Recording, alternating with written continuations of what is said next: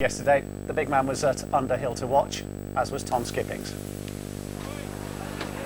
A 5,000 capacity crowd at Underhill. Barnet had to win to stay in the Football League. Torquay only needed a draw.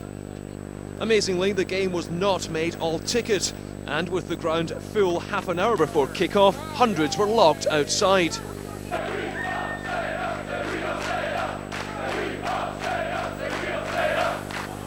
The Barnet fans confident of surviving, but luck seemed against them as early as the first minute, when goalkeeper Lee Harrison picked up a leg injury and could take no further part in the game. And worse was to follow when Torquay took the lead after 10 minutes through Jason Rees. But Rees's joy was short-lived. Minutes later, he went over on an ankle and became stretcher victim number 2. 25 minutes in, it was 2-0 Torquay, Kevin Hill the goal scorer. 5 minutes before half-time, Barnet were awarded a penalty when Torquay defender Jimmy Agri handled in the area. But Darren Curry couldn't pull Barnet back into the game. The penalty miss proved to be the turning point. A couple of minutes later, David Graham made it 3-0 Torquay.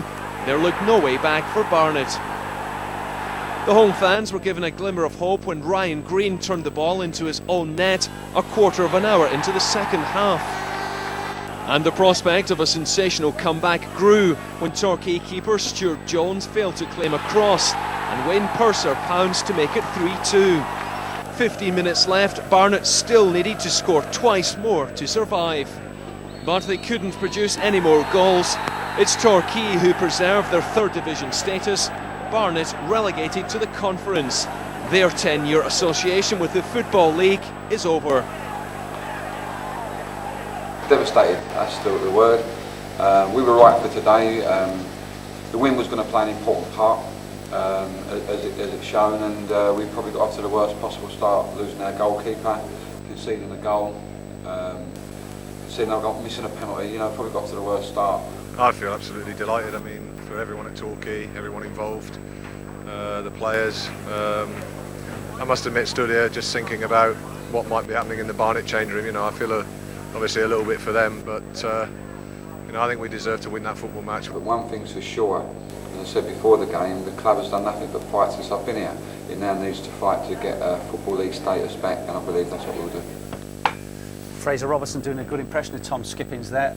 It was an emotional day, I think we can safely say. Yeah, it was a sad day. It wasn't nice to be there. You know, beforehand I looked upon it and I thought, what a fantastic game, you know, the ultimate playoff. But once you're there, you feel so much for the supporters, the players. Talking to John Still afterwards, and you can feel for them, because you know that pit in the stomach that you get when you lose as a manager, that it's even 10 times worse for them. Yeah. And it was just, the first 45 minutes was an absolute nightmare. You know, everything that you don't want to happen for Barnet happened yesterday. And then, even though they were 2-0 down, there was a chance for them to get back into it. With a penalty. Oh, because if you watch Jimmy Agri, the Torquay defender, what's all that about? You know, he sides 2-0 up, and all of a sudden he's just basketball player, but then Darren Curry, Stuart Jones in the goal for Torquay, guesses the right way. He said he's got a good record on penalties, and this is the goal that finally clinched it, really, because they won 3-2. David Graham for Torquay put them 3-0 up. They went straight to the other end and scored that goal from the penalty. And then next to well, if you're a player, you'd think that's fake. I was going to say, miss that penalty, you think this is over now. But I was going to say, on a day like that, it's so much of it. I'm sorry, is written in the stars, isn't it? Yeah. And you know, you can do what you like, but I mean, you say that, but you're down there because after 46 games, you're the last two sides in the division. You know, it's no fluke. And basically, 2,200 people is not enough people to care whether those two stay up or not, is it? Well, I don't go with this one. I heard Jeff say that yesterday. I don't go with this. I'm sorry, but it's 2,200. Yeah, but there's people in San Francisco and in Australia who are Torquay and Barnet and whatever. I'm not saying it doesn't matter to those 2,200. Yeah. But it's just basically 2,200 people is at best what they get.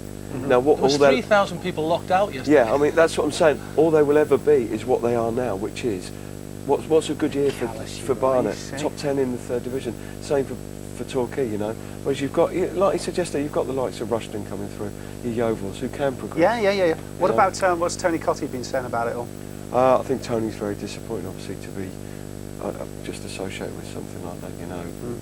the demise. He came with a lot of stick before the game yesterday. Yeah, he did. A lot of it was his responsibility. Yeah, well, that's a little bit unfortunate because I think other people have got to take shoulder the blame a little bit as well. And obviously Tony's not there to respond, is he? So it'd be nice to see what Tony's got to say.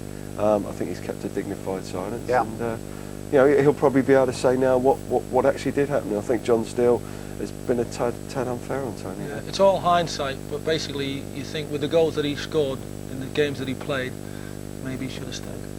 Well, you're losing a good player there, aren't you? So especially at that level. Interesting stuff. Time for the rest of yesterday's games from Nationwide Division 3. Adam Bridge, Mark.